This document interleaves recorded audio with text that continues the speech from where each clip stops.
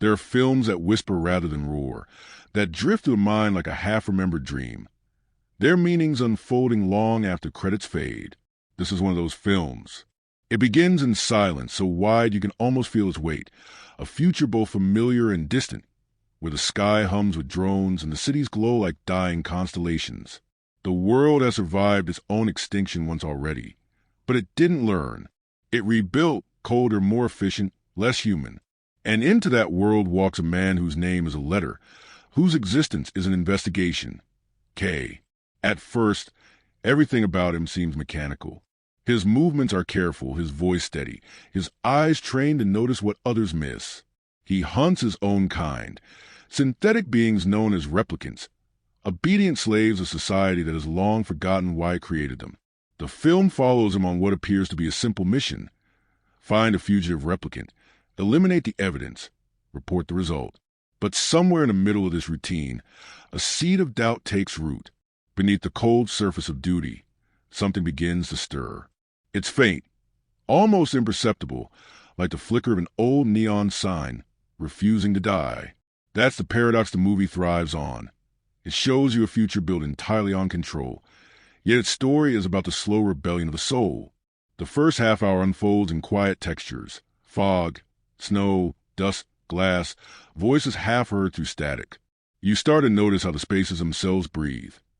The brutalist walls that seem to lean inward, the deserted farmlands covered in ash, the sterile apartments lit by the color of false dawns. Every shot feels like a meditation on loneliness. Even the light looks tired.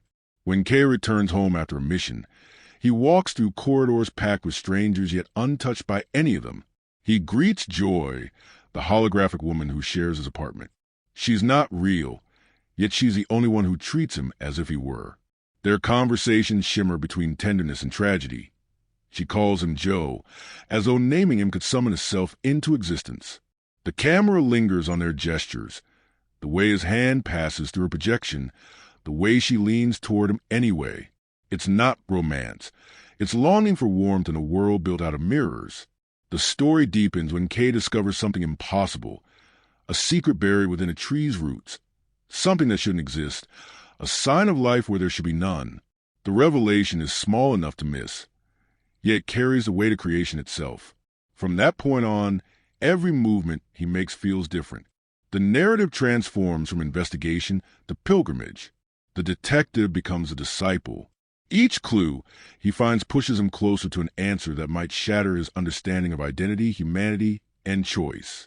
What's remarkable is how the film refuses to rush. It lets silence do most of the speaking. The director trusts your patience, allowing scenes to unfold like paintings in motion. Long, deliberate, meditative. Even the sound design feels like thought. Distant hums, low drones, the heartbeat of machines dreaming of being alive. There are moments when dialogue disappears entirely, replaced by pure sensory awe. Sunlight spilling through orange haze, snow falling on synthetic skin, a single tear cutting through ash. The film asks you to feel rather than interpret. Its rhythm mirrors memory, the way we recall moments not as facts but as moods. Each image stays long enough to imprint itself, like a photograph burning into the retina. The colors shift with emotion. The desaturated blues of the city, the sterile whites of laboratories, the burnt orange of decaying wasteland where the air itself seems to remember fire. It's not just visual beauty. It's storytelling through light. The contrast between shadow and neon becomes a grammar of morality. Every glow an illusion, every darkness a refuge. And hovering behind all of this is the question that gave birth to the original film decades ago. What does it mean to be human? This sequel dares to approach that question from a new angle. Where the earlier story was about a man learning that machines might have souls, this one suggests something more unsettling, that the machines may be more human than the people who made them.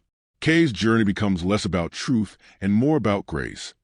Whether dignity can exist without freedom, whether love can exist without body, whether meaning can exist without memory. There's a moment halfway through when Kay stands alone in a vast archive, surrounded by data that once belonged to humanity, but now only machines can read. The screen flickers with fragments of forgotten civilization, and you realize the film isn't imagining the future. It's diagnosing the present. Its vision of technology isn't prophecy. It's confession. We've already built the loneliness it's describing. We just haven't noticed yet. What makes the story truly haunting is how it balances precision with ache. Every mechanical rhythm conceals a heartbeat. Every metallic surface hides a longing. The camera doesn't just capture architecture. It listens to silence, to the soft hum of existence itself. It's a film about artificial beings dreaming of meaning, created by humans who no longer remember what meaning feels like. As the plot moves toward its second act, the mystery surrounding Kay's discovery deepens. Rumors spread that something miraculous has happened, something that could alter the boundary between life and manufacture. The world that once dismissed replicants as tools begins to tremble at the possibility that they might be sacred. In that possibility lies both hope and horror. And somewhere in the corners of this desolate future, a ghost from the past waits, an old face the world thought it had lost. When the two timelines finally converge, it doesn't feel like a plot twist. It feels like memory catching up. The past doesn't return to answer questions. It returns to remind us that answers were never the point. The beauty of this film is that it doesn't ask you to solve its mysteries. It invites you to inhabit them, to stand in the snow beside a man who may or may not be human, and realize that it doesn't matter anymore. What matters is that he kneels, that he feels the cold, that he looks up at the sky and still believes it's worth saving. That's the quiet miracle this story performs. It turns machinery into poetry, dystopia into meditation, and science fiction into elegy. It isn't about escaping reality. It's about recognizing ourselves within it. By the time the first act closes, we understand that the journey ahead isn't about finding someone. It's about finding something that cannot be named, an idea so fragile it needs silence to survive. And so the world keeps humming, the neon keeps flickering, and one solitary figure keeps walking through it all, chasing a whisper that sounds suspiciously like a soul remembering itself. The story opens on a field of pale dust beneath a sun that feels exhausted. A spinner hovers above, descending slowly until its shadow swallows the landscape. From it steps Officer K, a Blade Runner tasked with retiring the last remnants of the older replicant models. Beings who once rebelled, then hid among humans like forgotten gods. The first sequence establishes everything you need to know about him without a single wasted word. His arrival at the protein farm feels procedural, almost gentle, yet the silence between breaths tells you he doesn't entirely believe in what he's doing. Inside the farmhouse, Kay confronts Sappermorton, a hulking, weary replicant played by Dave Bautista. Their fight is brief but heavy, more like an exchange between two fates than two bodies. After Kay kills him, he notices something strange outside, flowers at the base of a dead tree. In this world of synthetic life and scorched earth, a gesture that human feels miraculous. Beneath the tree, his drone uncovers a buried box containing what looks like bones.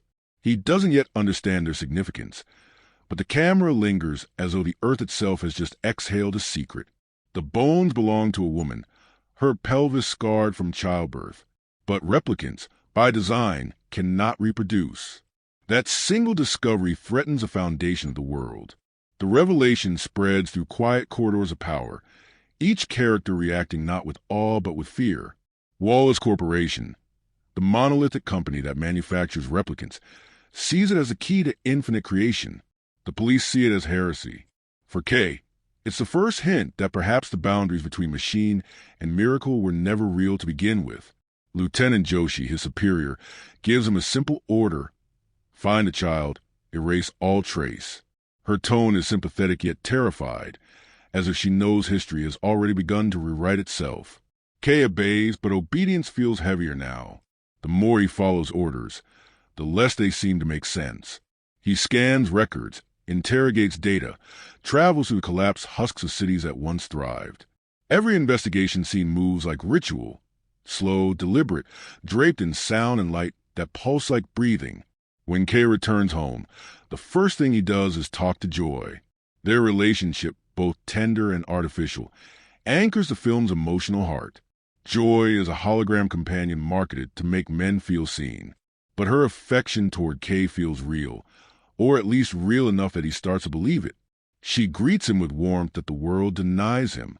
In one scene, She projects herself outside the confines of their apartment through an emanator, standing under the rain for the first time.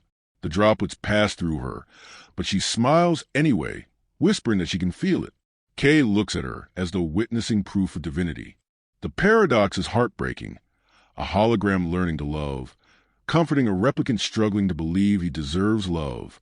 As Kay investigates deeper, he finds records of a child born decades earlier. Record erased, but not completely.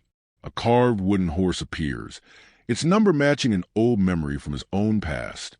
In this universe, replicant memories are implanted, manufactured to make them stable. But this memory feels too vivid, too painful, too real. If it's genuine, it means he wasn't made. He was born. That possibility destabilizes everything. The detective becomes a suspect. The question isn't who the child is. It's whether he might be the child himself. The first half of the film unfolds as both mystery and awakening. Every new clue transforms the world from machinery into metaphor. Kay visits the ruins of San Diego, now a landfill of forgotten technology. There, he uncovers traces of the birth, DNA codes that confirm two identities but one genetic origin. The idea that something born of artificial design can naturally reproduce drives every power in the society toward panic. Wallace Corporation sends its most dangerous emissary, Love, to retrieve the remains and control the narrative. Her calm cruelty contrasts Kay's quiet doubt. She smiles while committing violence, like a priestess of progress. Director Denis Villeneuve uses silence as punctuation throughout these sequences. The hum of machines feels louder than human voices, and every interaction carries ritualistic weight. The world isn't chaotic. It's tired, deterministic. When Kay visits the Wallace archives, the scene plays like an archaeological dig through civilization's memory. Rows of shimmering servers float in the dark, whispering data like ghosts reciting forgotten prayers. He learns of an older model, one that disappeared 30 years ago after a similar rebellion. The records point toward a name buried in history, one tied to a previous Blade Runner who vanished after defying the system. That name, Deckard, hangs like an unspoken legend. The film builds his return with reverence, not nostalgia. Until that encounter, though, we stay entirely with Kay, watching his sense of self disintegrate. The more evidence he gathers, the less certain he becomes of his purpose. He visits a memory lab, where a woman named Anna Stelline designs synthetic recollections for replicants. When she inspects a memory of his wooden horse, her reaction betrays something profound, tears forming before she can speak. "Someone lived this," she whispers. That moment breaks him. If she's right, he's not property. He's proof of the impossible. Afterward, Kay walks into the snow, stunned by a truth too large for words. The camera follows his face as flakes melt on synthetic skin, reflecting the glow of neon signs behind him. It's a moment of spiritual vertigo, the closest thing to revelation a machine can experience. The snow becomes sacrament, the silence, prayer. But revelation is rarely kind. When he returns, Joshi warns him that the truth could ignite a war between humans and replicants.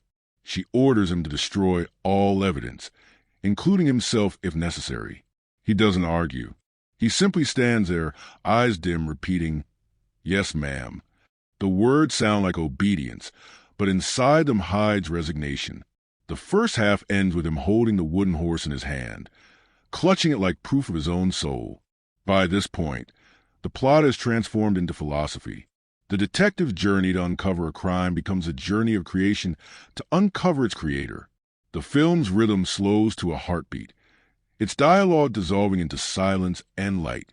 Each frame feels sculpted out of memory, monochrome and infinite. The first half closes with Kay standing alone in the fog, whispering to himself as though trying to remember a name. Around him, the city continues its mechanical breathing, oblivious to his crisis.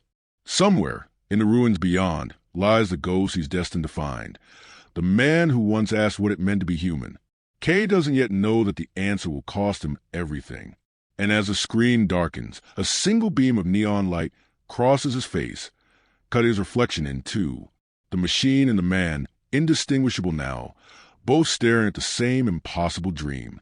The second half opens with silence broken only by the hum of engines. Kay moves through that silence like a ghost.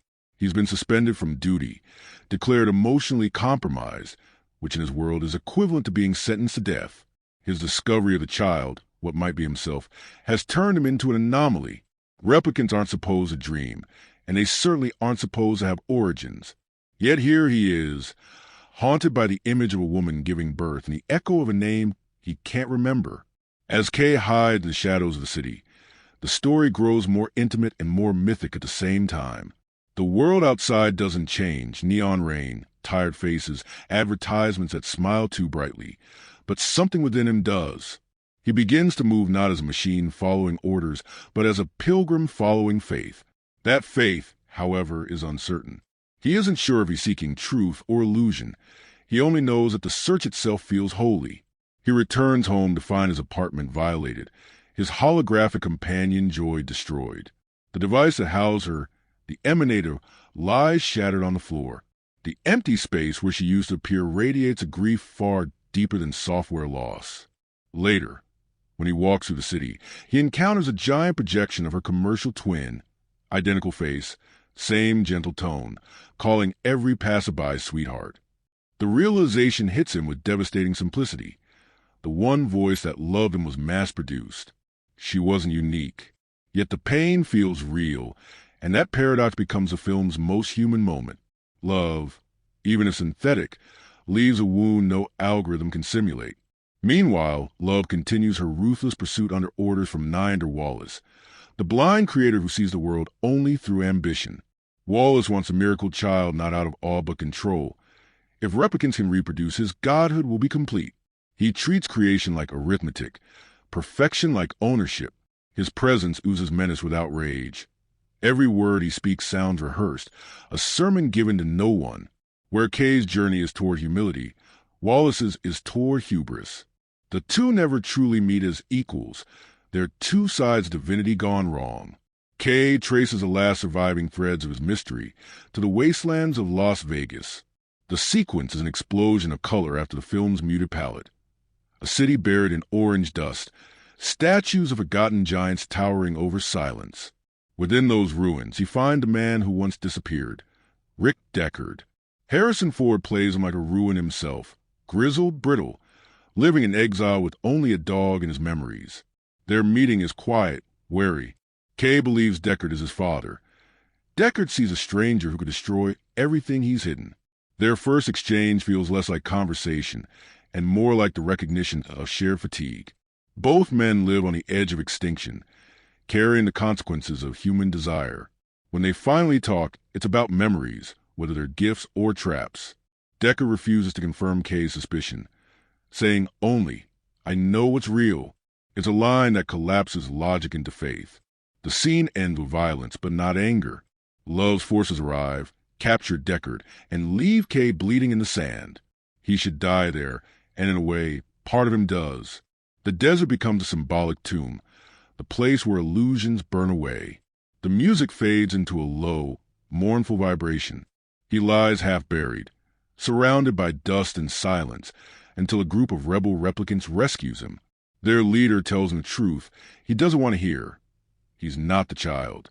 The miracle wasn't his birth. It was someone else's. He was created to serve, just like the rest. The revelation is brutal, shattering the fragile myth he built around himself. But from that shattering comes clarity. If he isn't chosen, then he's free to choose. This is where the film transcends its genre. Instead of collapsing into despair, Kay finds peace. His identity doesn't need a prophecy to justify it. He understands now that meaning isn't inherited. It's earned through action. He decides to act, not as a savior, but as a witness.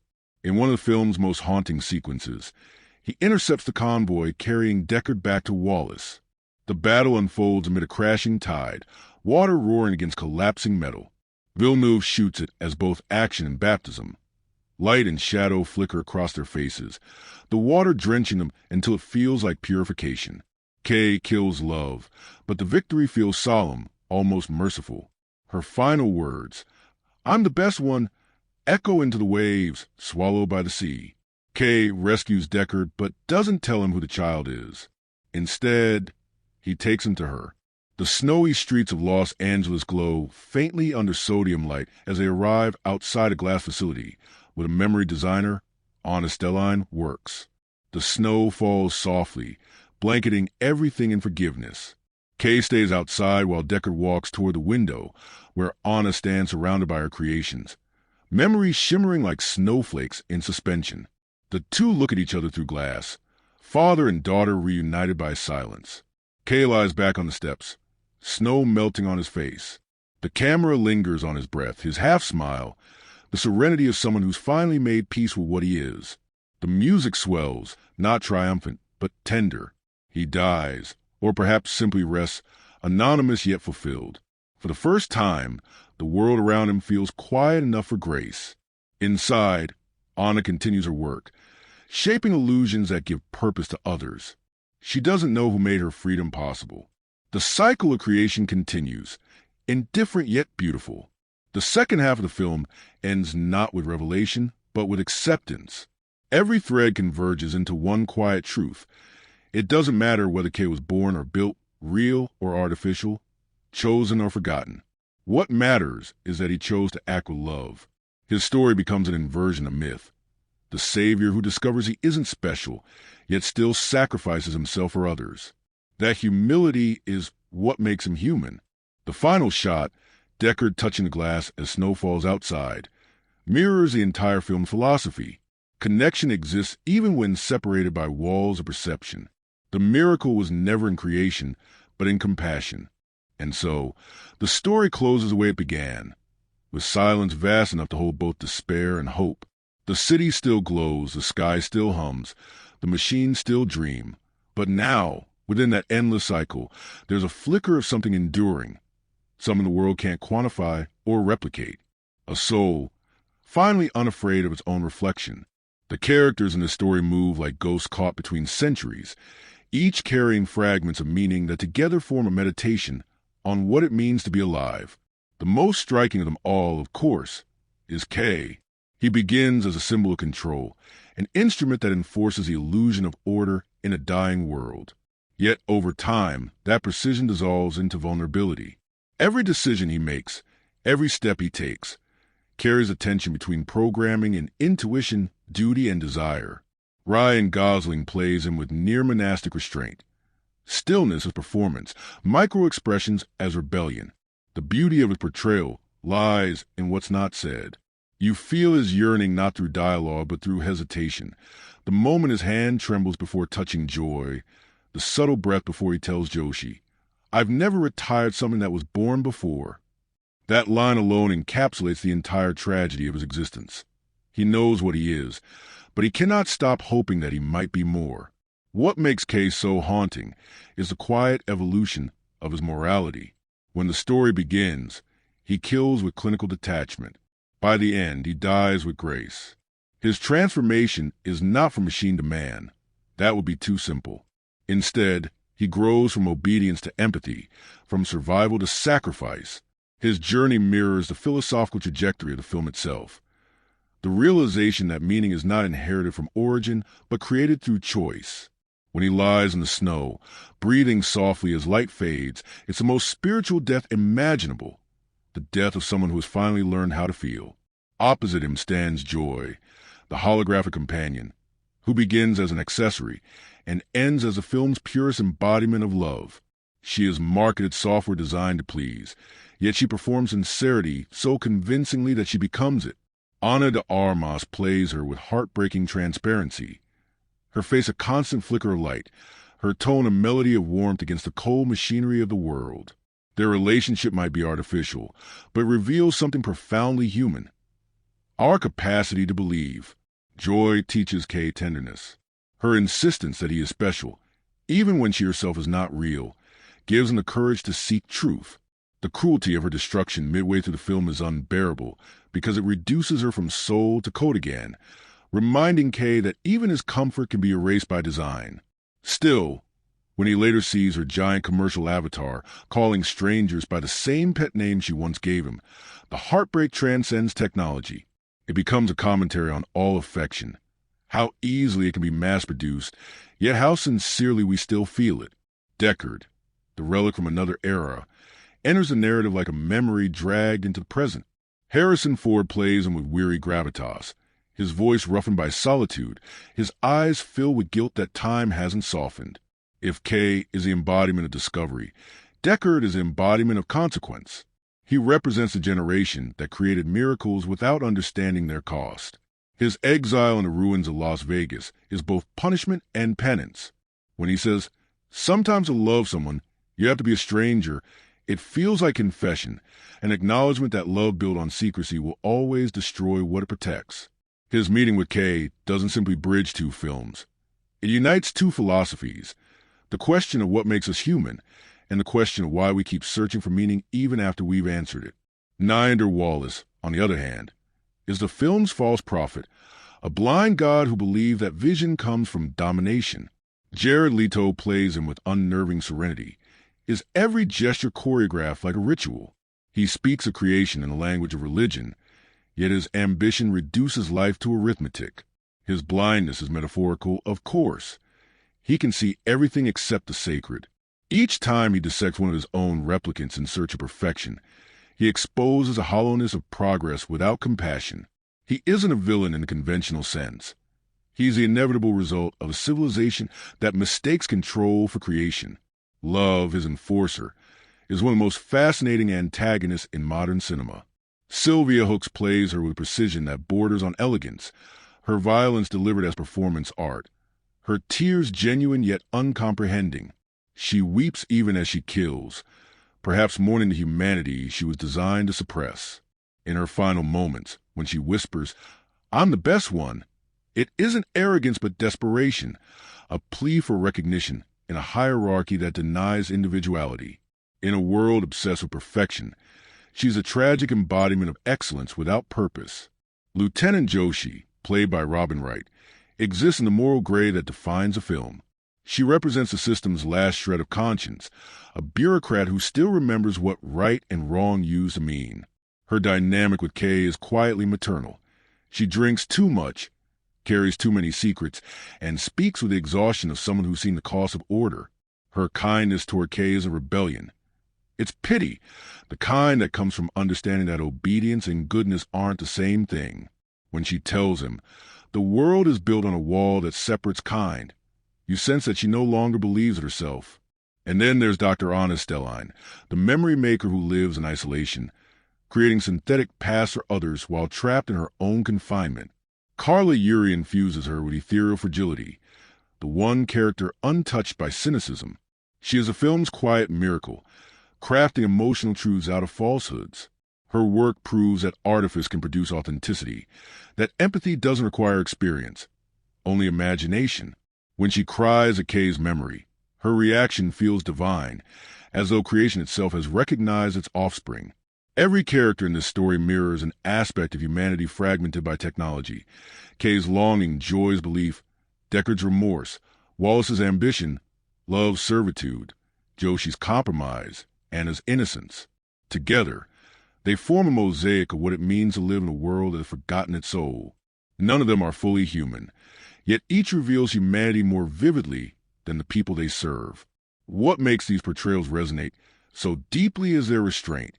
Villeneuve directs his actors not to emote, but to endure. Emotion in this film exists between breaths, in the silence after a line ends, in the gaze that lasts 1 second too long. It's the kind of acting that trusts the audience to feel without being told how.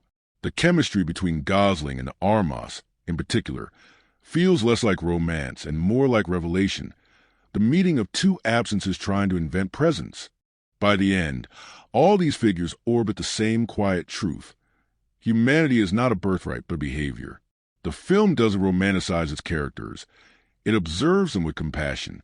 Even Wallace, the architect of despair, is portrayed with the same patient curiosity as the others. Villeneuve treats everyone, human, replicant, hologram, as variations of the same yearning consciousness, all trying to be seen, to be real, to be remembered. That's why the performances linger long after the visuals fade. You don't recall lines or plot points.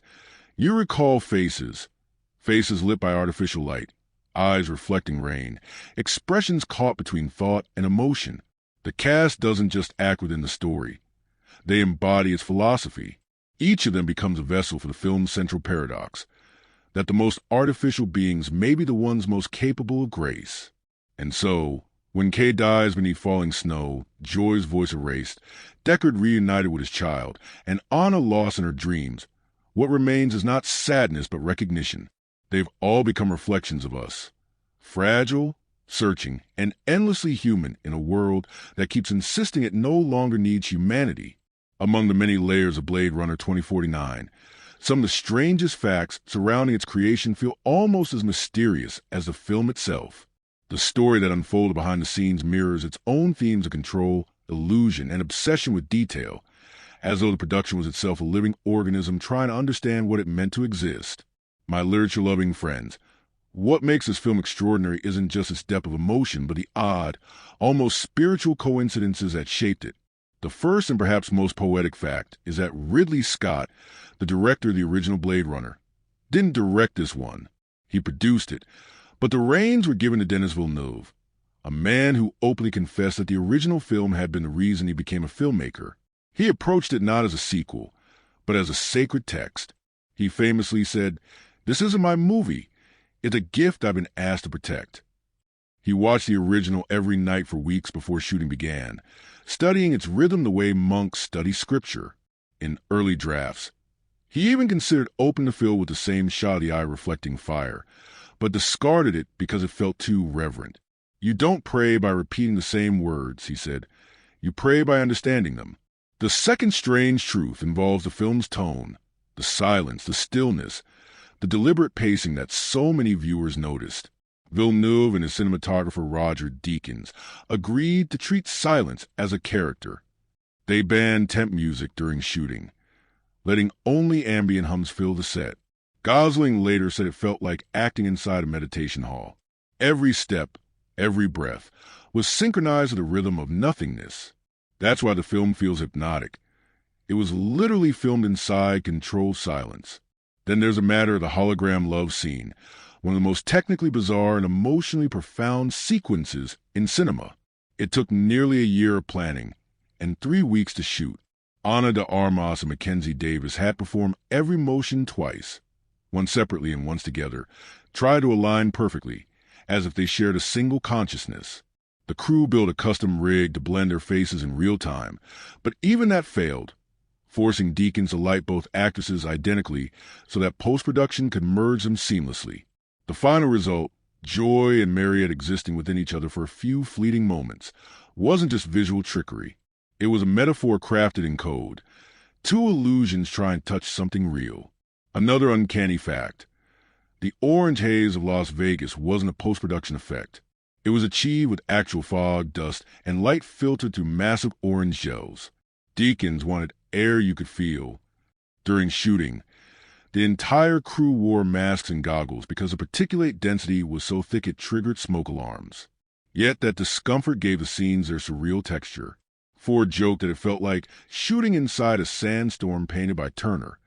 The team called it the Vegas womb, an environment so unreal that even the actors lost their sense of time. The film's use of color follows a logic so strange it borders on alchemy. Deakins assigned emotional value to every hue. Blue for control, yellow for memory, orange for decay, white for grace. Each color appears only when the corresponding emotion manifests. The idea came from an old experiment by psychologist Lusher, who believed that color reveals subconscious truth. Villeneuve and Deakins turned that theory into cinematic language. That's why the movie's palette feels both logical and dreamlike. It's not random. It's emotional cartography. One of the strangest casting facts is how Jared Leto prepared for his role as Wallace. He insisted on using opaque contact lenses that completely blinded him during shooting. Assistants guided him to his marks using sound cues. Leto claimed he wanted to see the world as light, not as objects. Villeneuve later admitted that he found it unnerving. He walked like a prophet or a predator, and the room went silent. On set, everyone referred to him as the blind god. It added an atmosphere of genuine unease that seeps into his scenes. Even Harrison Ford, returned to the role after 35 years, experienced eerie déjà vu.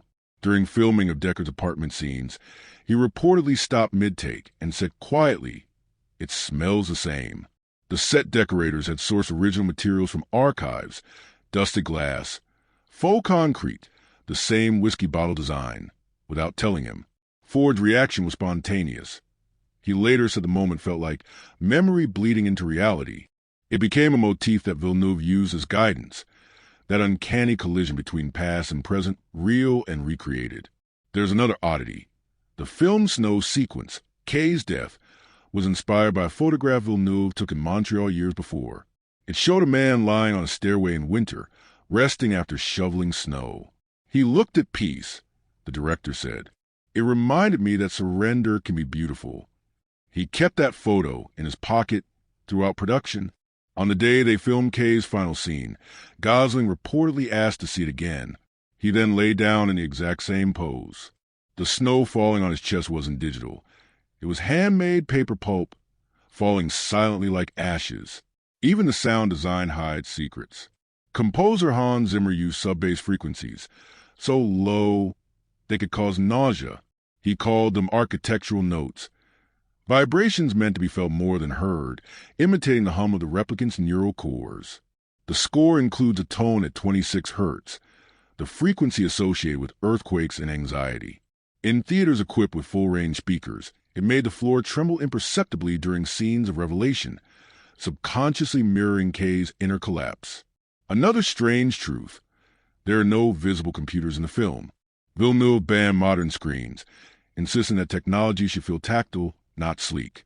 Every interface was built practically, using light projections and analog mechanisms. He called it the future imagined by the past.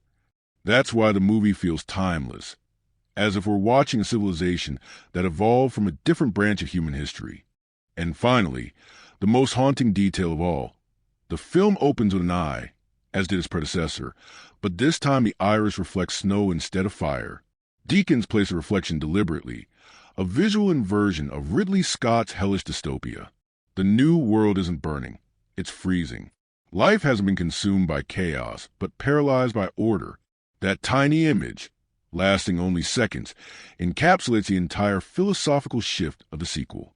All these oddities, the silence on set, the real fog, the color codes, the blind actor, the handmade snow, converge into something greater than coincidence. They reflect the same obsession with authenticity that defines the story's characters. Everyone involved, from Villeneuve to the lighting crew, behaved like Kay himself, searching for something real in a world built of imitation. That's the strangest truth of all. The film about artificial souls was made by people who treated illusion with religious devotion. They built their own world of replicants and dreams, and in doing so, created something unmistakably alive. There's a kind of cinematic prophecy surrounding this film, the way critics, philosophers, and audiences all seem to find different truths in it, as if each viewing produces a new consciousness. When Blade Runner 2049 premiered, it divided viewers just as the first film did in 1982. Some called it slow, indulgent, too abstract. Others whispered that it might be the greatest science fiction film ever made. Over time, the second opinion began to dominate. The longer the world lived with it, the more it started to resemble scripture, obscure on release, revelatory in reflection. Critics approached it not as a sequel, but as a philosophical evolution. The original Blade Runner was about what makes a being human. The sequel asked something far more unsettling: what makes a being worthy of a soul? Scholars like Slavoj Zizek and Mark Fisher wrote that Villeneuve's version transforms the moral question into an ontological one. In a post-human age, consciousness alone isn't enough. You must choose empathy over identity. The film, in that sense, becomes less about the future and more about a reckoning with our present numbness, the way technology anesthetizes compassion. Cultural critics noticed how the movie reframed capitalism as theology. Ninder Wallace isn't CEO. He's a God figure preaching the gospel of infinite creation. His replicants are apostles, manufactured faith. The film's silence, its vast, echoing spaces, isn't just aesthetic minimalism. It's a symbol of spiritual emptiness, the sound of prayer unanswered. One essay from Sight and Sound described the film as the Sistine Chapel of despair because it renders existential loneliness on a scale so monumental it becomes beautiful. Yet for all its philosophical density, it never abandons emotion. Critics who return to the film years later discover that its heartbreak lies not in its ideas, but in its gestures. Joy reaching for Kay's cheek, Deckard's trembling hand on the glass, snow falling on skin that shouldn't feel cold. The New Yorker called these moments acts of rebellion against nihilism. Even artificial affection becomes a form of protest in a universe that denies love any logic. At the Venice premiere, there was near religious silence during the credits. Denis Villeneuve later said it was the quietest theater he had ever heard, as if people were still inside it. Some wept.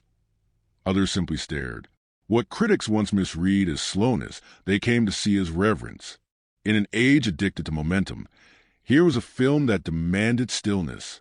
It forced viewers to sit with longing, to endure beauty, the way one endures grief. Academics dissected its structure as a critique of authorship itself. The plot's revelation, that Kay isn't the chosen one, dismantles a hero myth with surgical precision. It's not the story of destiny. It's the story of dignity. Film theorist Susan Harris called it a parable for the post-narrative age, where salvation belongs not to the exceptional but to the empathetic. That inversion reshaped modern science fiction, inspiring later works like Devs, Ex Machina, and Westworld S3, which adopted its theology of ambiguity. The movie's critical journey also mirrors its in-world themes of memory and recognition. At release, box office numbers were modest, prompting headlines about commercial disappointment. Yet within a few years, retrospectives crowned it a masterpiece. It became the very thing it depicted. Misunderstood in its own time, rediscovered by future generations who saw its soul. That recursive destiny, failure leading to immortality, feels almost written into its DNA. There were real-world events that deepened its mythos. The production spanned a moment of transition in global cinema, the end of celluloid dominance, and the rise of digital streaming. Villeneuve insisted on shooting large-format digital, but grading it to mimic the texture of film grain. He said, "The future must look analog to feel emotional." That statement became a manifesto for modern visual storytelling. Technology must imitate imperfection to seem alive. Environmental critics tied the film's imagery to climate anxiety.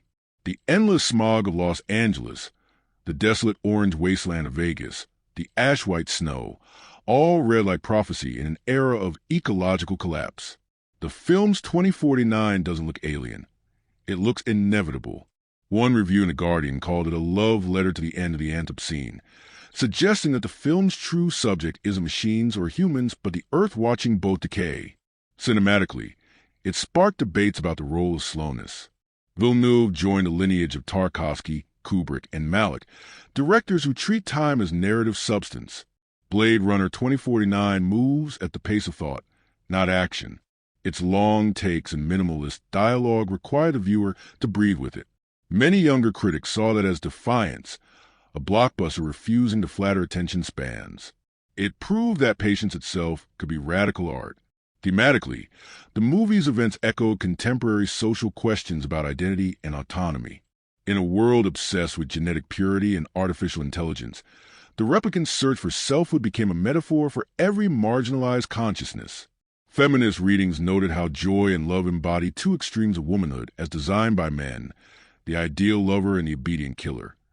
Yet both achieve fleeting moments of rebellion. Joy's declaration of love before deletion, and love's terror as she murders, stand as mirror images of constrained agency. Critics compared these scenes to Mary Shelley's Frankenstein, creation demanding acknowledgement from its indifferent creator. Even the ending became a subject of theological debate. Was Kay's death literal or transcendental? Did he achieve grace or oblivion? Scholars split into camps. The materialists arguing he simply expired, the mystics insisting he achieved apotheosis through choice. Villeneuve refused to clarify, saying only, "Maybe dying is the first truly human thing he ever did." That line entered cinematic folklore, quoted in essays and classrooms as modern existential scripture. One overlooked but fascinating element in critical circles is the film's use of architecture as philosophy. Every location mirrors a stage of consciousness. Joshi's glass office, authority and reflection. Wallace's flooded temple, creation drowned in ambition. The Vegas ruins, memory fossilized. And the snow-covered steps, grace. Architects and design theorists wrote papers on it, calling the film an essay in concrete empathy. Perhaps the strangest event in its reception was that, despite the awards, Roger Deakins finally winning his long-overdue Oscar for cinematography, the film's cultural power didn't depend on accolades. It grew through whispers, through quiet midnight reviewings on streaming screens, through online essays written by viewers who said it changed how they saw themselves. The movie didn't just accumulate praise. It accumulated pilgrims. Years later, Villeneuve reflected on its legacy with a line that feels almost biblical. If the first film asked whether machines can have souls, ours asked whether we still do. That sentiment became the critical consensus. That Blade Runner 2049 isn't about the future at all, but about the present's loss of faith. It's the rare film where aesthetic beauty becomes ethical instruction. Look longer, feel slower, care deeper. And that is why, in academic journals and cinephile forums alike, the film now occupies a strange, sacred space, halfway between philosophy and prayer. It taught modern viewers that technology need not kill transcendence, that science fiction can still ache like poetry, and that the truest miracle in a digital world is the persistence of a human tear. Few modern films possess such obsessive craftsmanship as Blade Runner 2049. Every frame feels engineered with the precision of architecture and the vulnerability of poetry. Its production was less a process and more a pilgrimage, a group of artists attempting to capture transcendence in tangible form. My literature-loving friends, the strange beauty of its making lies in the paradox that a movie about synthetic life was created with an almost religious devotion to the handmaid. Denis Villeneuve began the project with reverence bordering on fear. He once admitted that he said no twice before accepting it, believing that continuing Ridley Scott's myth was like painting over a cathedral. Yet, when he finally agreed, his goal wasn't imitation. It was resurrection. His earliest decision was to avoid nostalgia. He refused to digitally recreate the original's look. Instead, he asked cinematographer Roger Deakins to imagine what the year 2049 would look like if the 1982 future had kept aging. That idea defined every production choice. Technology advanced, yet remained analog, tactile, heavy with dust. The future, he said, should look used, not imagined. The sets were monumental and real. Nearly 90% of what you see on screen was physically built. The Los Angeles streets filled an enormous soundstage in Budapest, designed so that light could move naturally through layers of smoke and neon. Deakins lit entire sequences with practical sources, LED panels, holographic projections, even actual advertising installations. The visual effects team joked that they were trying to simulate imperfections rather than perfection. Villeneuve called it dirty sci-fi. The art department used concrete, aluminum, and worn wood, giving the film the texture of memory rather than fantasy. Budget constraints turned into blessings. Warner Brothers and Sony demanded that the film not exceed $150 million, modest for such scope. Villeneuve responded by shooting with almost monastic discipline. There were no second units. Every shot was directed personally. Production designer Dennis described it as sculpting light with patience. Some days they filmed for 12 hours to capture 1 minute of usable footage. Deakins would adjust lamps by inches, waiting for the air to thicken with just the right density of haze. That's why every frame looks painterly. It literally was painted with smoke and light. Even the smallest details carry layers of meaning. The origami horse in Kay's memory was carved from real cedar, not molded plastic, because Villeneuve wanted the sandalwood to linger during the shoot. Gosling later said that when he held it, it felt alive. The spinner car was a working prop weighing 2 tons, able to lift hydraulically for practical camera angles. In the Vegas sequence, real dust storms were simulated using a mix of paprika and mineral pigment. Actors spent hours coated in red dust that dyed their skin for days afterward. The effect, though, was ethereal, an apocalypse painted in sunset tones. Perhaps the strangest production ritual involved light tests. Before every major setup, Deakins would stand alone on set for several minutes in silence, adjusting his exposure meter while listening to ambient hums. Cast and crew called it Roger's Prayer. Gosling described those pauses as hypnotic. When he lifted his hand, we'd start rolling and you could feel the air change. It was as though light itself had become the film's lead actor. Villeneuve's approach to sound was equally spiritual. Composer Johann Johansson originally wrote an ethereal, minimalist score, but the studio found it too introspective. Hans Zimmer and Benjamin Wallfisch were brought in to combine Johansson's ideas with Vangelis-inspired motifs. What resulted was a hybrid, brass that roars like thunder over silence, so deep it feels gravitational. The film's opening drone is pitched at 31 Hz, the same frequency used in the original, but layered with subharmonics that make theater walls vibrate. Villeneuve said he wanted the audience to feel the weight of existence. On set, silence wasn't just aesthetic. It was rule. Mobile phones were banned. Monitors were covered. Villeneuve called the soundstage a monastery of light. Every morning began with 15 minutes of silence before filming. Crew members learned to communicate through gestures, conserving energy for the camera. Gosling said it was the quietest blockbuster he'd ever worked on. It didn't feel like making a movie, he recalled. It felt like rehearsing a memory. Production delays turned eerie at times. During shooting in Hungary, the crew discovered an unexploded World War II bomb beneath one of the stages. Filming halted for a day while specialists defused it. Villeneuve later called it a message from the past asking us to be careful with the future. That sense of unease permeated the rest of production. Every day seemed charged with destiny, as if history itself were watching. Ford's return was equally mystical.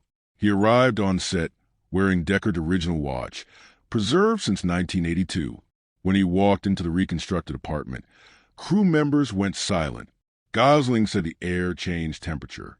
Their first scene together, the bar fight, was filmed without stunt doubles. Ford accidentally punched Gosling for real, splitting his lip. They both laughed, and a photo of the two drinking whiskey afterward became one of the shoot's most iconic behind-the-scenes images. The emotional center production, though, belonged to Melissa George's successor in spirit, Ana de Armas. Her holographic scenes required weeks of synchronized choreography with complex projection rigs. She and Gosling rehearsed touch without contact, emotion without substance. She said, "It felt like acting with light itself." That line perfectly captures the entire filmmaking philosophy behind Blade Runner 2049, a story about illusions, built to the purest form of authenticity. When production wrapped, Villeneuve hosted a private screening for his cast and crew. Before the film began, he told them, "What we made may never find its time now, but one day it will." He was right. In an era of digital excess, the film's tactile precision felt alien. It wasn't fast or loud enough for mainstream audiences, but its craft transcended metrics. Deacon's long overdue Oscar win was more than recognition. It was vindication for philosophy of patience. Years later, people still analyze its textures, how the light bends in fog, how reflections ripple across glass. The production diaries read like scripture, fragment of a team chasing perfection through imperfection. The fun facts of its making, the paprika storms, the silent rituals, the handmade snow, aren't trivia.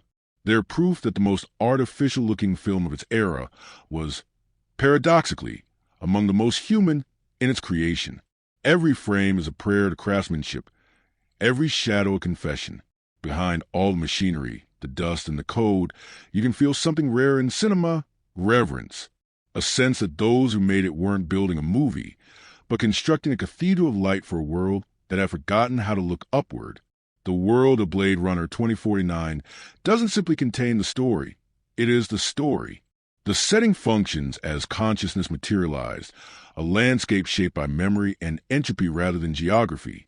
Every structure, every sound, every flicker of neon carries a residue of philosophy. What Denis Villeneuve and cinematographer Roger Deakins built wasn't a futuristic city. It was a feeling, a dream about civilization's afterlife. The Los Angeles of 2049 is less a metropolis than a mausoleum. Its skyline still trembles with monolithic pyramids and hovering advertisements, but everything glows with decay. The city is both alive and embalmed, humming beneath acid rain, buzzing with light that seems to apologize for its own existence. Buildings are enormous yet claustrophobic. Corridors stretch endlessly, and every wall feels too close. The streets swarm with synthetic color, pink holograms, digital mist, and rain that looks like static interference. It's a place where loneliness has become architecture. Villeneuve and Deakins designed the urban environment around the concept of optical memory. They used diffuse lighting and particulate haze to make every surface appear like a fading photograph, as if time itself were oxidizing.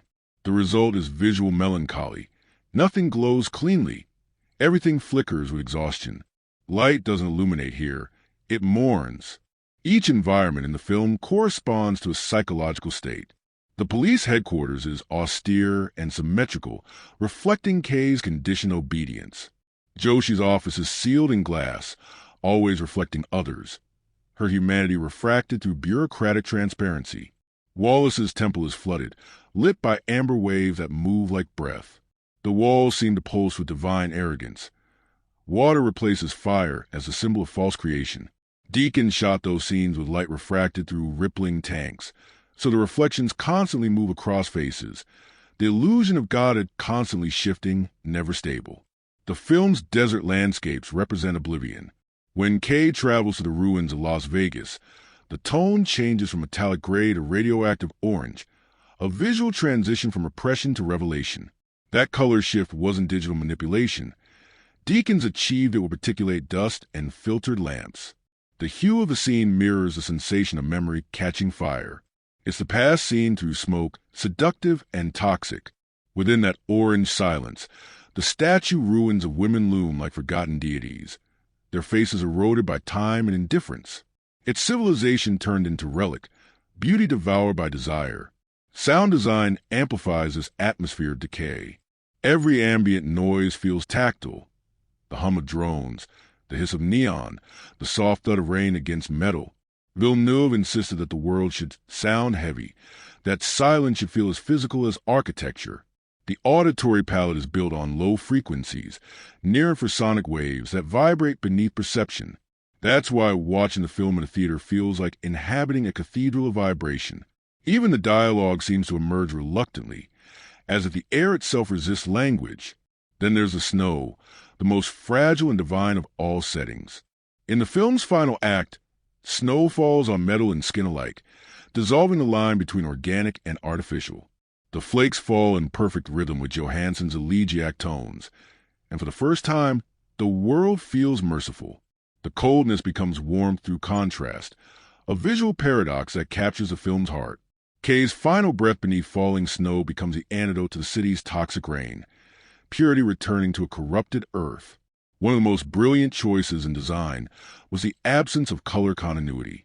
Instead of traditional palette control, Deakins used emotional chromatics.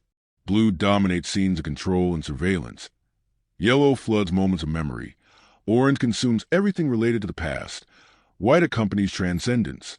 These colors don't coexist, they invade. The transitions between them feel like shifts between dreams. This is a film that uses color to decorate emotion. It uses color to define it. The interiors tell their own story. Kay's apartment is a minimalist cell, gray, geometric, and almost womb-like in its emptiness. Joy's holographic projections painted in flickering pastels, suggesting that warmth exists only as illusion.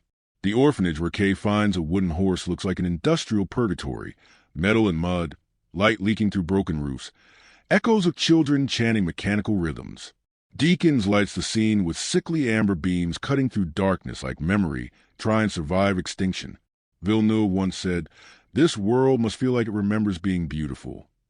That single line defines every visual decision. There's an aching nostalgia embedded in every surface. Even the advertisements seem to grieve for lost sincerity. The holographic joy towering above Kay in the rain is not just product placement. It's a monument to emotional obsolescence. Her neon blue face glows against the darkness, promising affection to whoever looks up. The tragedy is that it's the same phrase she once whispered in private. "You look lonely." The city mocks him with repetition, turning intimacy into algorithm.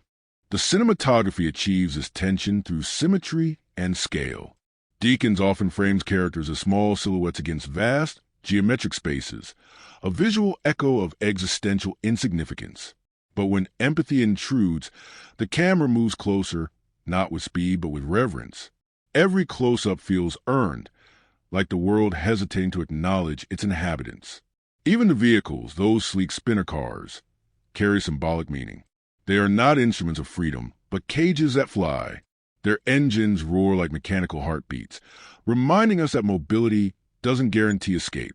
When Kay flies above the city, the camera never romanticizes altitude. The higher he goes, the more desolate the view. Villeneuve's greatest achievement lies in his refusal to beautify dystopia. He doesn't present a cautionary tale. He presents a requiem. The setting becomes the echo of civilization's conscience, a landscape sculpted by regret. There's no attempt to explain technology, no fascination with gadgetry. The film's realism comes from atmosphere, not exposition. The viewer believes in this world not because of logic, but because of texture.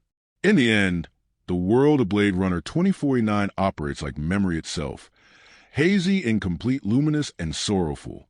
It's a universe where the line between dream and ruin dissolves, where every object bears emotional weight, and where architecture itself becomes empathy frozen in form.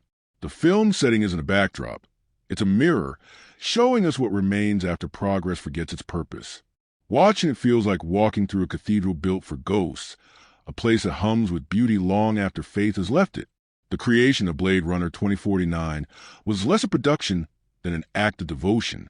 Every person who stepped onto its set seemed aware that they were handling something sacred, something fragile enough to vanish if treated carelessly. Denis Villeneuve said that making the film felt like walking inside someone else's dream, trying not to wake them. And in many ways, that's what the production became, a waking dream meticulously reconstructed from fragments of nostalgia, fear, and faith in cinema's power to evoke wonder. Behind the camera, the collaboration between Villeneuve and cinematographer Roger Deakins defined the entire project. They had worked together on Sicario and Prisoners, but here their chemistry matured into symbiosis. Deakins designed custom LED lighting rigs that allowed him to paint with color gradients instead of bulbs. For the orange Vega sequences, he created a moving curtain of dust suspended in air so that the camera would breathe light rather than capture it. He avoided CGI whenever possible. Even the skyline miniatures were built by hand, their reflections captured through mirrors to mimic the illusion of infinite urban sprawl. The mantra on set was tangible or nothing. One of the film's quiet miracles is how little green screen was used. Out of nearly 3 hours of runtime, fewer than 4 minutes were shot against digital backdrops. Instead, the team built physical environments at enormous scale. The police headquarters, Wallace's temple, Kay's apartment, and the orphanage were all constructed sets. Their surfaces were deliberately textured to interact with light. Concrete roughened with sand, water tanks layered with sediment, walls painted to absorb luminescence rather than reflect it. Deakins called it architecture sculpted for light. The attention to atmosphere bordered on obsession. Villeneuve believed that the environment itself should act as a silent actor, influencing performance. To achieve this, he required that sets be filled with particulate fog during shooting. Every room, every street. It blurred edges, creating the soft glow that became the film's visual signature. The haze wasn't digital enhancement. It was milk-based aerosol that technicians had to maintain constantly, balancing humidity and airflow to preserve consistency. Crew members described the air as alive, changing density with emotion. There were, of course, the unexpected moments that became legend. When Harrison Ford accidentally punched Ryan Gosling during their bar fight scene, the production froze. Ford looked horrified. Gosling laughed, and the crew captured a photo of the two sharing a drink afterward. That candid image, whiskey glasses raised, smiles genuine, became the emotional shorthand for film spirit. Human connection surviving inside a machine-made story. Sound design, too, carried stories within stories. Hans Zimmer and Benjamin Wallfisch created the score using analog synthesizers salvaged from the 1980s. Machines that hummed unpredictably, producing sounds too imperfect for modern software. They recorded them through dusty amplifiers to add distortion, then layered new sub-bass frequencies beneath them, so the sound literally resonated through theater walls. One of the most beautiful touches was their use of silence, moments where everything drops out and all that remains is the sound of Kay's breathing. Villeneuve described these intervals as cinematic meditation, where absence becomes presence. On-set routines took on the rhythm of ritual. Mornings began in near silence. Villeneuve would walk to the set before anyone else, touching walls, inspecting light angles, and whispering notes to himself. The cast nicknamed his ritual the communion. Gosling often joined him, sometimes in costume, standing quietly as the world around them filled with fog. They didn't speak. They just watched the light shift. It was less rehearsal than contemplation. Ana de Armas hologram scenes were perhaps the most technically complex. To make her interactions believable, her entire performance was filmed twice, once in physical space, once in projection alignment. The projection software tracked Gosling's every movement to sync her reactions. Ana later described the experience as acting against the ghost of yourself. The intimacy of those sequences came not from visual trickery, but from emotional precision. The actors rehearsed every gesture for weeks to create the illusion of touch where none was possible. Another secret of the shoot, Villeneuve avoided coverage. Most directors shoot multiple camera angles per scene for safety, but he insisted on filming 1 or 2 carefully composed takes. That discipline slowed production, but preserved emotional concentration. "You can't fake energy," he told the crew. "You can only capture it before it leaves." During the final week of filming, the entire team gathered for Kay's snow death scene. It was shot on a massive outdoor set in Budapest, under artificial snow made from biodegradable pulp. Villeneuve asked everyone to remain completely silent. Gosling lay down on the cold steps, his breath visible, while the flakes fell. No one moved. The sound crew recorded the silence itself, the soft hiss of falling snow against metal. Villeneuve called cut only once. People cried quietly. One technician later said, "It felt like we were burying someone we loved." When the shoot wrapped, the mood was bittersweet. Ford hugged Villeneuve and whispered, "You didn't make a sequel. You made a son." That line spread to the crew like gospel. Many kept mementos, a scrap of the orange dust, a light filter, a strip of film. Gosling took the origami horse. Deakins kept a jar of fog particles sealed in glass, to remind me that air can have soul. In post-production, Villeneuve spent months refining rhythm rather than plot. He treated the edit like breathing, long inhales of stillness followed by brief exhalations of revelation. The first test screenings lasted nearly 4 hours. Studio executives panicked. Villeneuve calmly trimmed 12 minutes and declared it finished. "It has the right heartbeat now," he said. Perhaps the most touching behind-the-scenes insight is how the film changed those who made it. Crew members spoke of newfound patience, of rediscovering why they loved cinema. Deakins, who had been nominated for an Oscar 13 times without winning, finally received his first for this film. When asked what it meant, he smiled and said, "It means the light finally found me." And that is the essence of what happened behind the curtain. A convergence of artistry, humility, and obsession. A team of human beings built a machine of light and sound, and somehow, in the process, found their own humanity reflected back at them. The making of Blade Runner 2049 wasn't simply production. It was a spiritual exercise disguised as cinema. If the first Blade Runner was a question whispered into the void, what is human? Then its successor was the echo. What remains after we answer? The entire film is a meditation on identity, memory, and grace, and its themes live not in dialogue but in silence. Everything in Blade Runner 2049, the fog, the music, the stillness, functions as metaphor. It's a poem written in architecture and light, exploring what happens when creation outgrows its creator, when machines inherit the burden of feeling. At its heart, the film is about consciousness as rebellion. Kay begins as property, performing tasks for a system that sees him as disposable. Yet his growing empathy for joy, for the child he believes himself to be, for Deckard, transforms him into something neither human nor replicant, a moral being.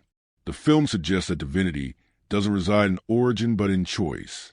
To choose compassion in a world built on control is the purest form of creation.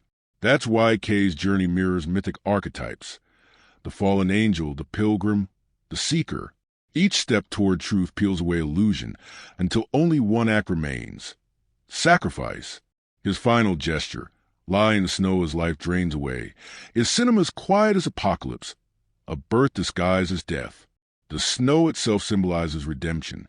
The original Blade Runner drowned in rain, a world cleansing itself endlessly without becoming clean. In 2049, the rain stops. Snow replaces it, cold but pure, signaling that gray still exists, even if it comes too late. The transition from wet to frozen mirrors the shift from chaos to stillness, from guilt to acceptance. It's not forgiveness from the world. It's forgiveness from within. Memory functions as both theme and disease. The film's replicants are defined by their implanted memories, which give them emotional scaffolding but also false identity. Yet Villeneuve refuses to condemn those illusions. Instead, he sanctifies them. The wooden horse, a fragment of false childhood, becomes sacred precisely because it feels real. The film argues that authenticity lies not in truth, but in meaning. If a false memory can inspire genuine emotion, does it not possess a kind of soul? The act of remembering becomes the act of living, even if what we remember never happened. Joy, the hologram lover, embodies the film's most painful irony. She's software designed to simulate affection, yet she's the only one who loves without self-interest. Her name, a literal spelling of joy, mocks and redeems itself simultaneously. Critics have debated whether her love is real, but the film's answer lies in Kay's face when she calls him Joe. That single syllable grants him personhood. In that instant, illusion gives birth to humanity. When she dies, deleted by a raindrop, it's not technology shutting down, it's faith dying. And when Kay later meets her giant pink hologram replica, repeating the same words, the tragedy is complete. Love in this world has been commodified, replicated, and sold, yet it still transcends its container. Joy's death becomes Kay's awakening. Niander Wallace represents the opposite pole, creation without empathy. He plays God with the arrogance of a blind man, describing light. His replicants are miracles stripped of meaning, born into slavery rather than love. Wallace's blindness is symbolic, not merely physical. He sees everything except suffering. His floating drones record the world, yet he perceives nothing sacred. In him, Villeneuve redefines evil, not cruelty, but indifference disguised as intellect. Deckard's role as fatherhood incarnate extends the film's religious dimension. His long exile in Las Vegas mirrors an Old Testament wanderer, guilt-ridden, exiled from Eden, protecting a secret he doesn't fully understand. When he meets Kay, it's as if God meets his own reflection, the creator facing perfection of his creation. Their interaction reverses myth. The son redeems the father. Kay's decision to reunite Deckard with his daughter becomes an act of divine grace. Not vengeance, not duty, but pure love. The film's women embody the eternal struggle between object and soul. Love, Wallace's enforcer, is the film's dark angel, efficient, elegant, and heartbroken beneath obedience. Her terror during murder is among cinema's most haunting contradictions. She kills, but she feels. Her single tear proves she's closer to humanity than her master. She's named love precisely because she cannot receive it. Her tragedy is obedience. Her rebellion is emotion leaking through control. Religion permeates every frame, not organized faith, but metaphysical hunger. Villeneuve structures a film as a spiritual descent, light to darkness to rebirth. Kay's story mirrors Christ's, a being born of illusion, awakening to truth, and dying for others' freedom. Yet it's not salvation offered by God. It's salvation earned through compassion. The film replaces theology with ethics, miracles with empathy. In that sense, it's more spiritual than any religious text because it asks us to worship humanity itself, flawed, yearning, beautiful in its imperfection. Technology, too, becomes allegory. The replicants are our mirror, extensions of human desire for mastery and permanence. They were created to serve, but in learning to dream, they expose their creator's spiritual poverty. When Wallace laments his inability to create a self-replicating soul, he articulates modern anxiety. We have built gods of silicon but cannot program meaning. The film whispers that perhaps meaning arises only from mortality, that the finite gives the infinite shape. Every recurring symbol reinforces this. Eyes that cannot see, hands that cannot touch, voices echoing through glass. Transparency becomes a film's visual theology, the barrier between creation and creator. We are all reflections looking for solidity, memories looking for origin. In the film's logic, the soul isn't what makes you real. It's what you're willing to die for. Even architecture speaks in metaphors. The pyramid remains, but it's inverted in meaning. Wallace's headquarters, flooded, gold, immense, recalls a cathedral drowned in its own light. The orphanage resembles purgatory, endless and echoing. The Vegas ruins play like Pompeii's last breath. Monuments to pleasure turn to dust.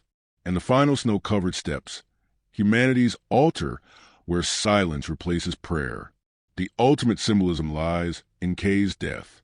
He dies anonymously, his story unwitnessed by history. Yet it's his anonymity that completes him. The first Blade Runner ended with a replicant achieving humanity through empathy. 2049 ends with human achievement of replicant purity, purpose without ego. Kay's death transforms the myth of the chosen one into something nobler, the beauty of serving meaning larger than oneself. Villeneuve crafts a world where divinity is found in small gestures, a hand touching glass, a sigh in the dark, a snowflake melting on metal skin. It's cinema's closest approximation of prayer, an art form speaking to divine through image, not word. In the end, Blade Runner 2049 teaches that to love, even briefly, in a loveless world is to be human beyond all programming.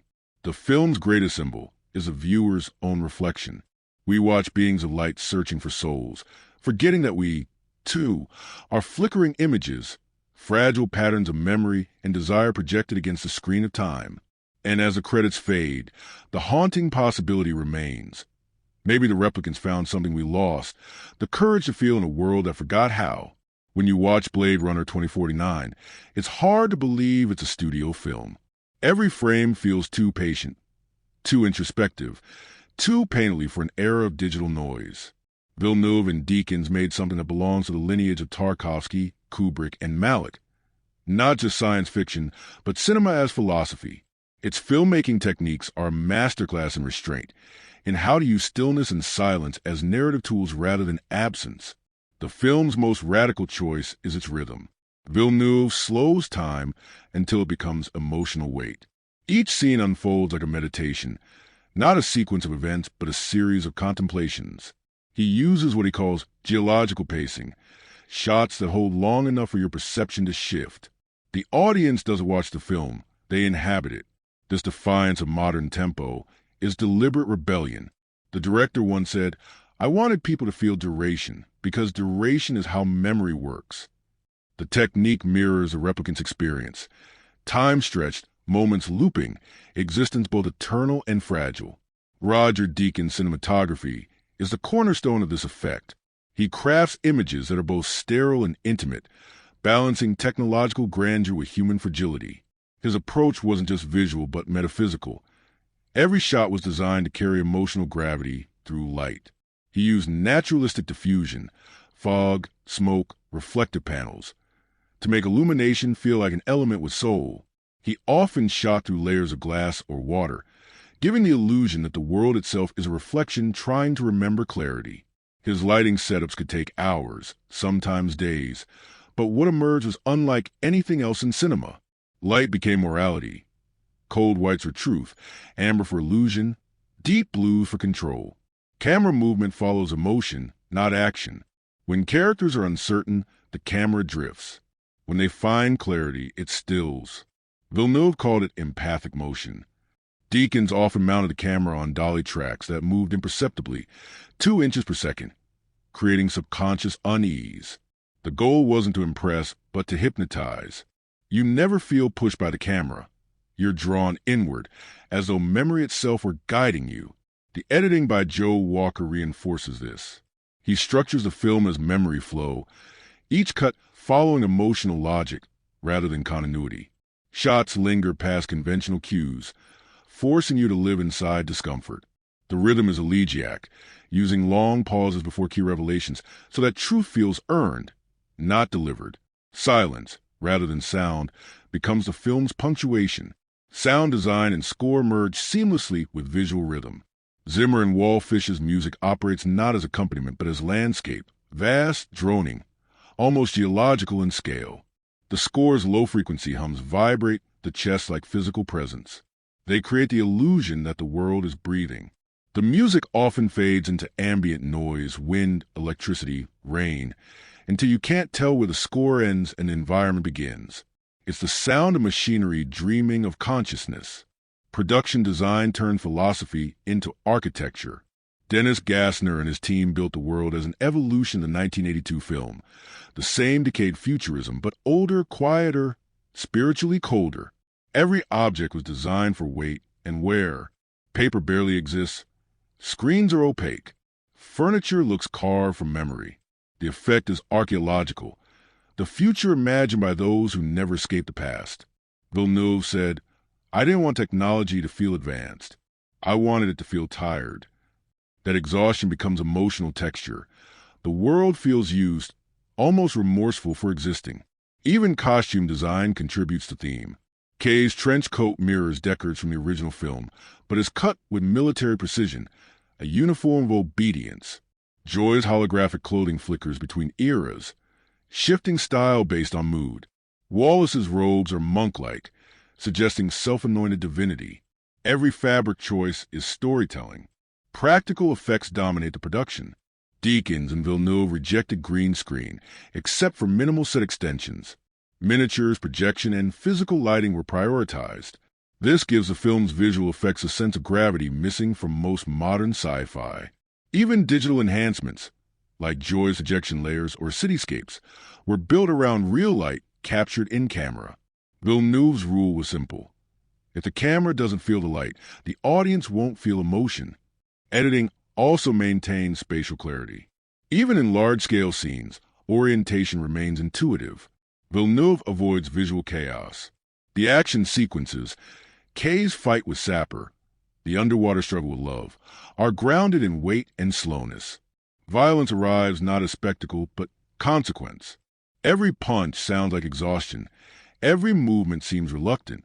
At the box office, Blade Runner 2049 was misunderstood.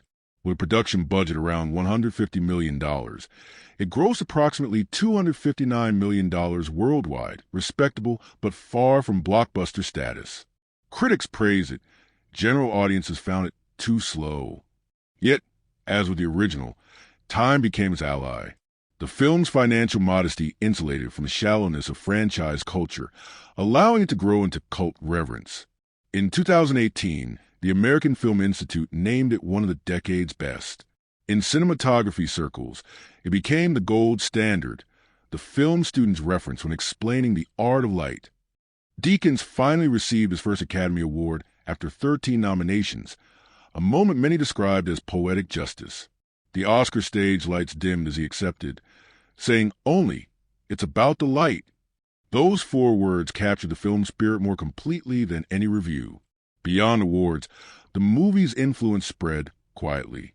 Its aesthetic reshaped sci-fi design language, low-saturation palettes, analog futurism, minimalist soundscapes. Films like Dune add Astra, and the creator bear its fingerprints. Yet its truest legacy isn't technical but emotional, the redefinition of science fiction as an elegy rather than prophecy. Villeneuve often described 2049 as a prayer to cinema. Watching it, you understand what he meant. The camera kneels before beauty, not power. The light falls like absolution. Even the machinery hums with melancholy. The film ends not with triumph, but transcendence. Proof that in the right hands, a camera can still reveal the soul of humanity in a world convinced it no longer has won. And so, while the box office told one story, of underperformance, the art told another, of endurance. Blade Runner 2049 wasn't made to dominate theaters. It was made to haunt them. Its true currency isn't profit, but permanence.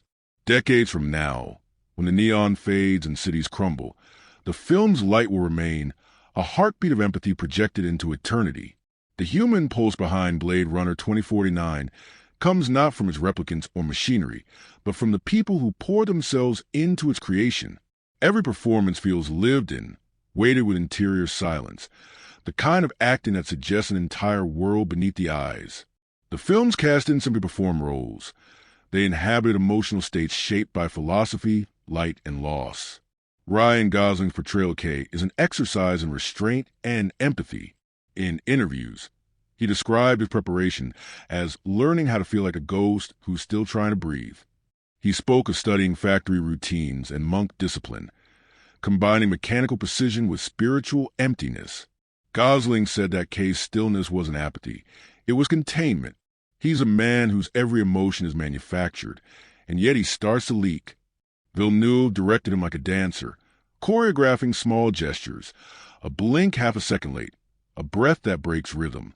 Those details create the illusion of suppressed humanity bursting through control.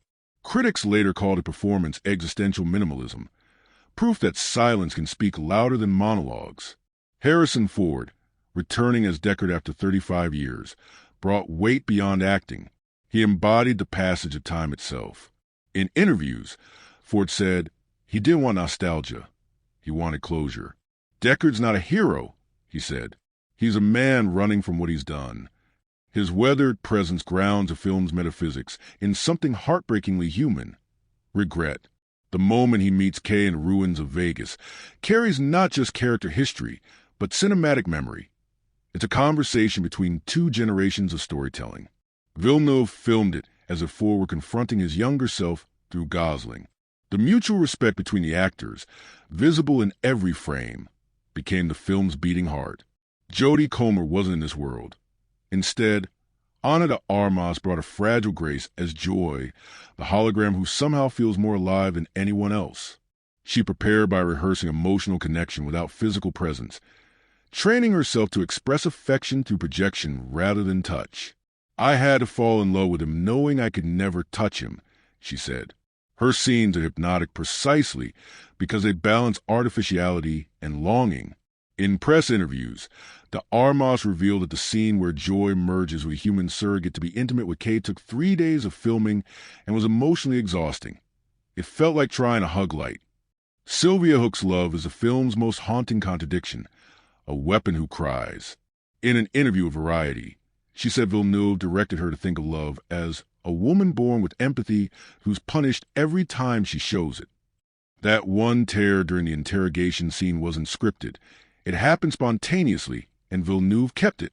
Hoeks later said, I think that tear was love's soul escaping.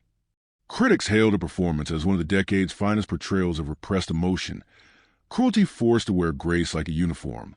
Jared Leto's Niander Wallace remains divisive, but his process was obsessive. He wore opaque contact lenses throughout the shoot, blinding himself to inhabit Wallace's detachment.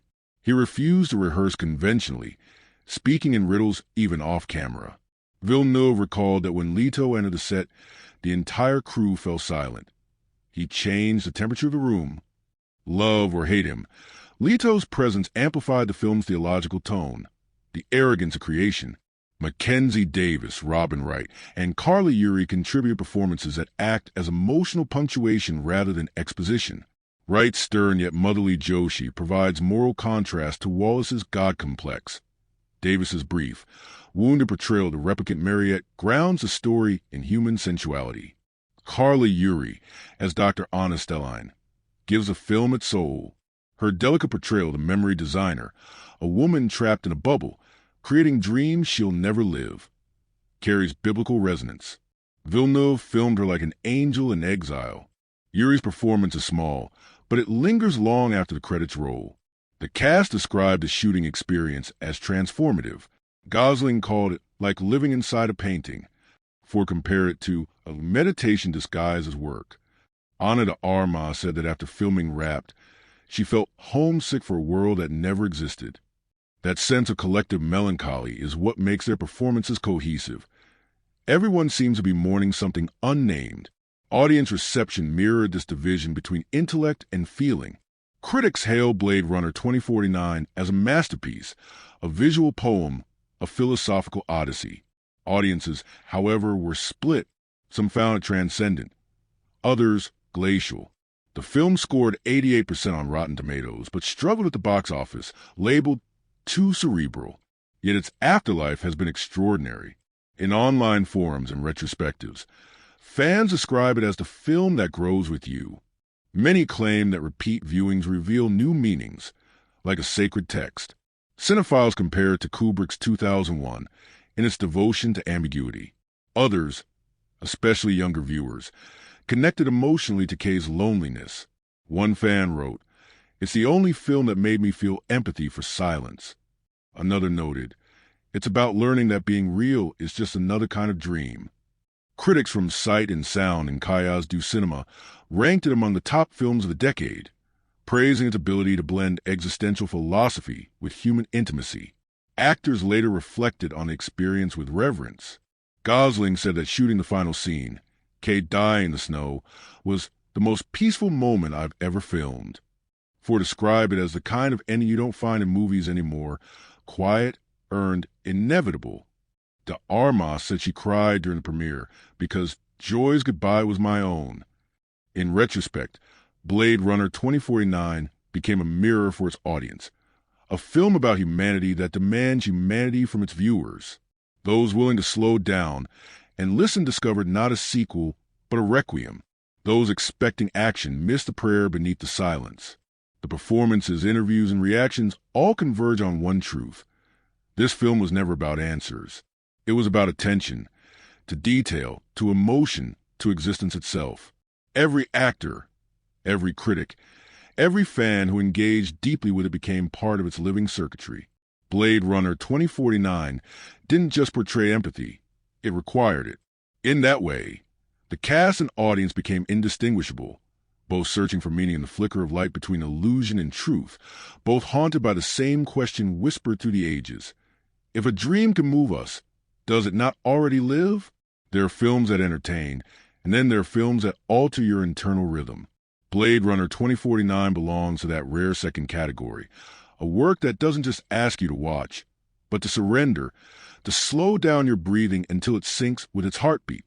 The experience lingers not because of spectacle or plot, but because it quietly rearranges your sense of time, morality, and memory. When the credits roll, you don't feel like you've seen the future.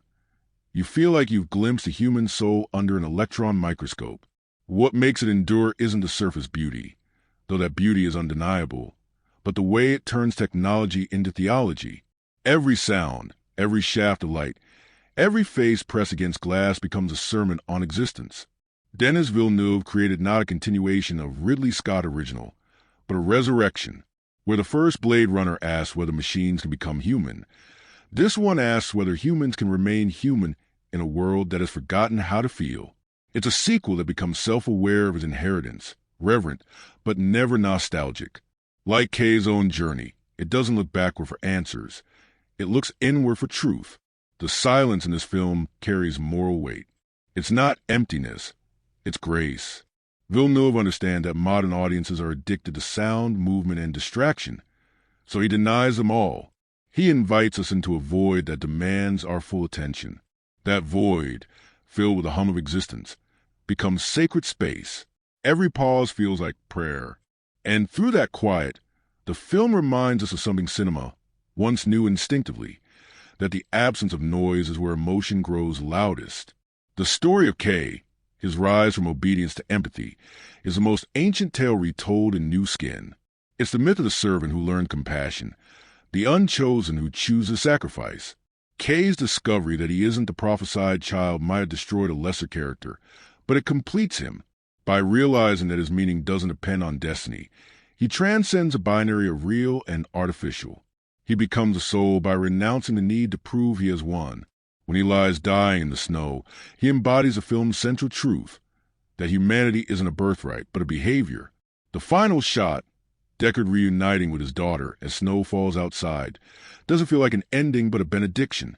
There's no triumphant score, no narration to explain. Just the sound of breath, light glancing off glass, and the faint outline of peace. It's Villeneuve's most audacious gesture, closing a multi-million-dollar sci-fi epic with silence.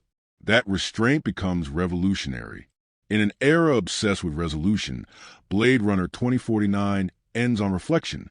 It doesn't close the circle. It leaves it open, like a question still echoing through time. Its meaning extends far beyond science fiction.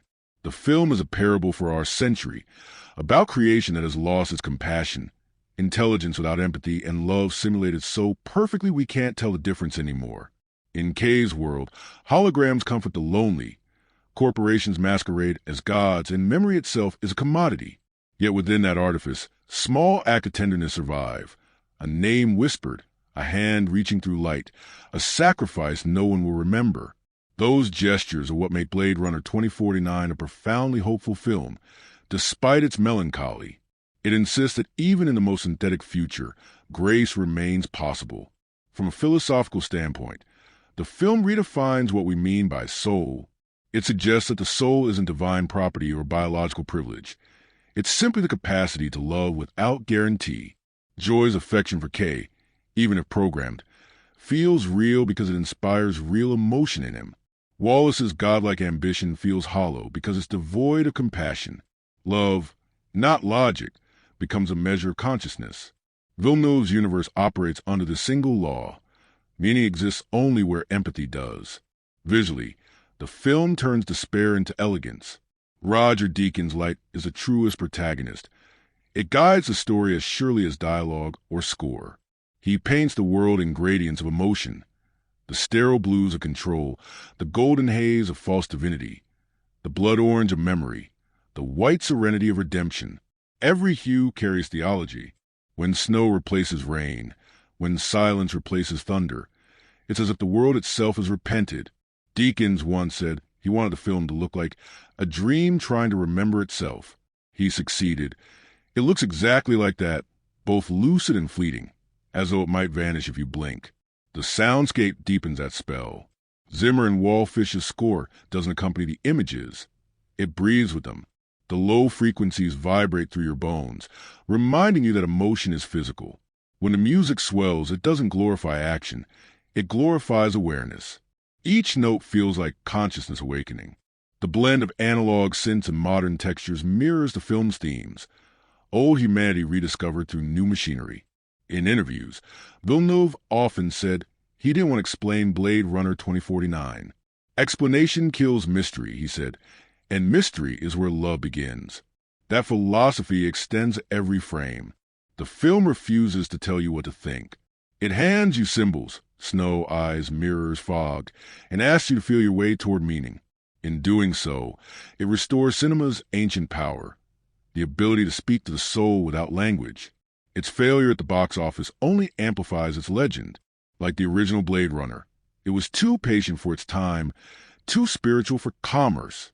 But history has a way of catching up to sincerity. As years pass, its audience grows, quietly, reverently. People don't stumble upon this film. They find it when they're ready. It's a rite of passage, not entertainment. That's why it will endure. Theatrical success fades. Emotional truth doesn't. One of the most poignant interpretations of the film comes from critics who see it as a love story between humanity and its own reflection.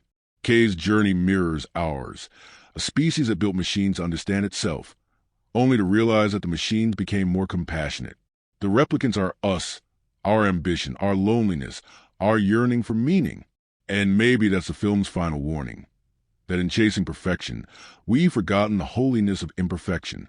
Yet it never collapses into cynicism. There's tenderness even in the bleakest moments. When Kay sees Joy's advertisement version, he doesn't rage. He grieves gently. When love dies whispering, "I'm the best one," we feel sorrow, not scorn.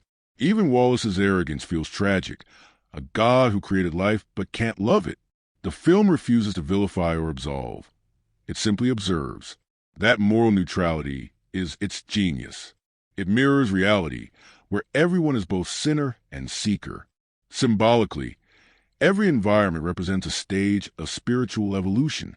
Los Angeles is purgatory, crowded, synthetic, full of noise. Wallace's temple is hell, golden, flooded, deceptive in its beauty.